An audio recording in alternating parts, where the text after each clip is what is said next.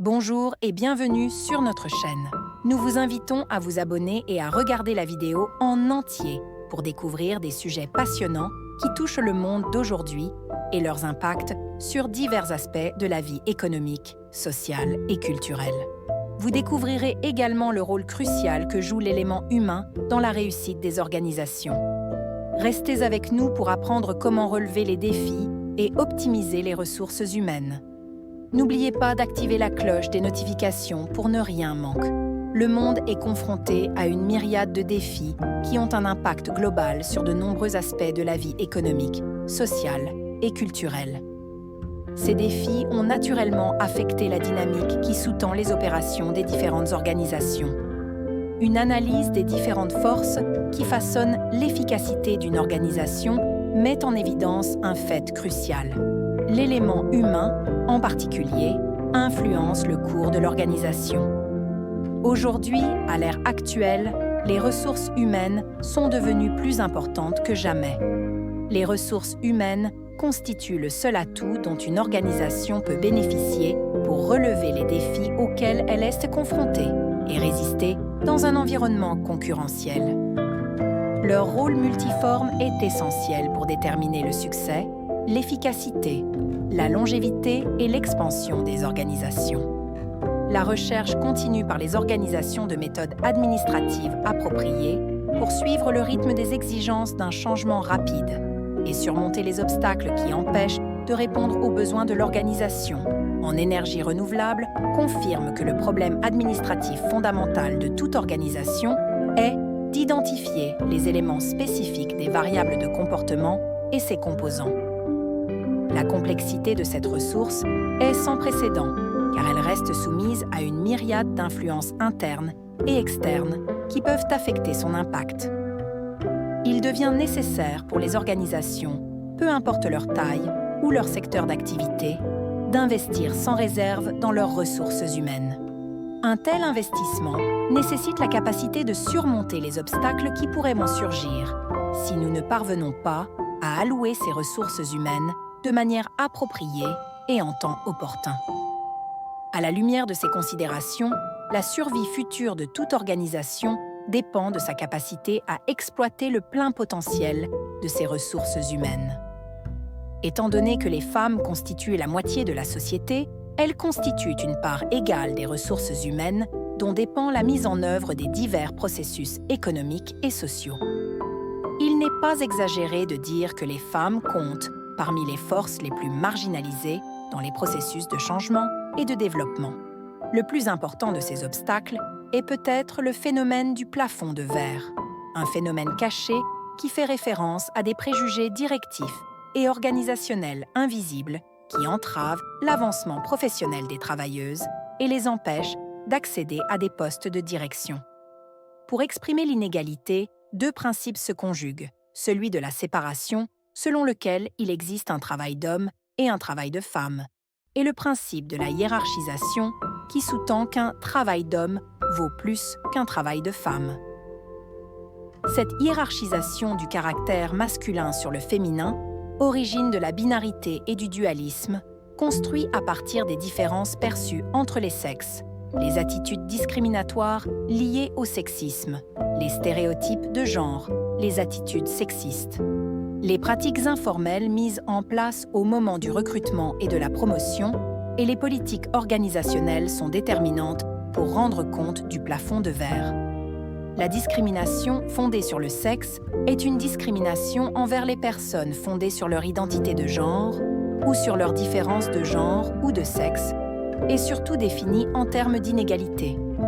Il a été lié aux stéréotypes et au rôle de genre et peut inclure la croyance qu'un sexe ou un genre est intrinsèquement supérieur à un autre. Le sexisme peut être défini comme l'adhésion à des croyances discriminatoires ou préjudiciables fondées sur le sexe ou le genre. Il peut également être considéré comme recouvrant des attitudes, des croyances et des comportements qui soutiennent l'inégalité entre le statut des femmes et celui des hommes. À cet égard, les formes d'injustice affectant la possibilité de contribuer à la production et à la transmission de connaissances nécessaires à un jugement pertinent ont été définies plus précisément par Miranda Fricker. L'injustice épistémique, c'est une forme d'injustice qui cause du tort à un individu spécifiquement dans sa qualité d'agent épistémique et consiste en un traitement illégitime et préjudiciable du témoignage d'une personne en vertu de son statut social ou de son genre, et non sur la base de ses comportements réels. Le terme injustice épistémique introduit pour désigner des formes d'injustice qui sont un tort causé à quelqu'un en particulier en sa qualité de connaisseur. La formalisation de ce concept est attribuable à la philosophe anglaise Miranda Fricker, qui, dans son livre épistémique Injustice, Power and the Ethics of Knowing, 2007, examine le rôle des perceptions sociales et des préjugés dans les jugements de crédibilité et les situations d'échange de témoignages. Avant que ce concept soit forgé, les femmes qui vivaient ces expériences étaient isolées et ne disposaient pas des ressources interprétatives leur permettant de nommer et d'interpréter ces situations de violence. D'une autre manière plus claire selon Catala, l'injustice épistémique mine l'agentivité épistémique, soit la capacité de produire, transmettre ou utiliser la connaissance. Une personne subit une injustice épistémique si elle n'est soit pas adéquatement crue ou pas adéquatement comprise, en raison de biais parce qu'elle appartient à un groupe social non dominant, femmes, minorités asexuelles, groupes racisés, personnes ayant des handicaps, etc. Et les préjugés en question qui suit se rapportent à l'identité sociale, et Fricker appelle ce type de préjugé identitaire, qui est causé par un stéréotype négatif, préjudiciable à l'identité, n'a pas jugé les récits et les témoignages des femmes crédibles. Il en résulte une injustice cognitive du fait de l'exclusion des femmes et d'objets et places, hors savoir, parce qu'ils sont en réalité hors normes. L'injustice épistémique ne cause donc pas simplement du tort à un agent dans sa qualité de connaissance, elle lui cause du tort dans sa capacité à se situer et à se concevoir comme un agent épistémique. Il s'agit d'une injustice dont le résultat est proprement épistémique, mais dont les motivations sont fondées sur des préjugés identitaires. Les femmes sont des victimes, ou elles crédibles, et par les barrières invisibles du plafond de verre, ont nié et ignoré leurs expériences. L'injustice testimoniale, dans laquelle un locuteur reçoit un déficit injuste de crédibilité de la part d'un auditeur en raison d'un préjugé de la part de l'auditeur. Une injustice de ce type peut se produire lorsqu'une personne est ignorée ou n'est pas crue en raison de son sexe, de sa sexualité, de sa présentation de genre, de sa race, de son handicap ou, plus largement, en raison de son identité, qui se produit lorsque un préjugé amène un auditeur à donner un niveau de crédibilité dégonflé à la parole d'un locuteur. Fricker donne l'exemple du londonien Dwayne Brooks, qui a vu son ami Stephen Lawrence assassiné.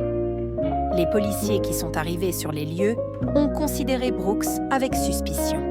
Selon une enquête officielle, les agents ne se sont pas concentrés sur M. Brooks et n'ont pas suivi énergiquement les informations qu'il leur a données. Personne n'a suggéré qu'il soit utilisé dans les recherches de la zone, bien qu'il sache où les assaillants avaient été vus pour la dernière fois. Personne ne semble vraiment avoir essayé de le calmer ou d'accepter que ce qu'il a dit était vrai. Autrement dit, les policiers n'ont pas considéré Brooks comme un témoin crédible, probablement en partie en raison de préjugés raciaux. Il s'agissait d'un cas d'injustice de témoignage qui se produit lorsque un préjugé amène un auditeur à donner un niveau de crédibilité dégonflé à la parole d'un locuteur.